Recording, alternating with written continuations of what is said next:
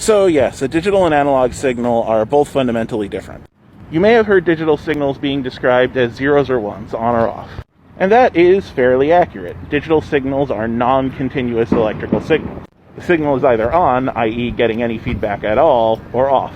And that's what gets us zeros and ones, which can then be read as a program by an electronic device. Analog signals, on the other hand, are continuous. To get from one state to the other, they have to pass through all the states throughout.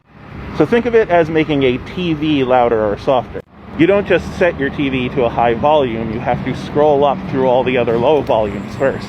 The same was true for cassette tape. Their audio signal was analog, it was just a recorded sound wave.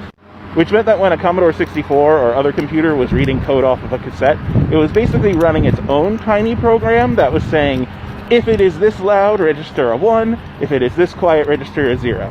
Depending on the computer, this could also be done with tones or lots of other logic. But that's also why certain settings can screw things up. If the volume's too loud or too soft, you might not register certain parts of the code. And unfortunately, audio levels were not standardized back in this time, so you just kind of had to tweak around with the audio until it came out right.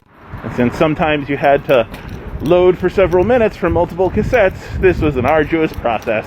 But we did it because it was what we had back then.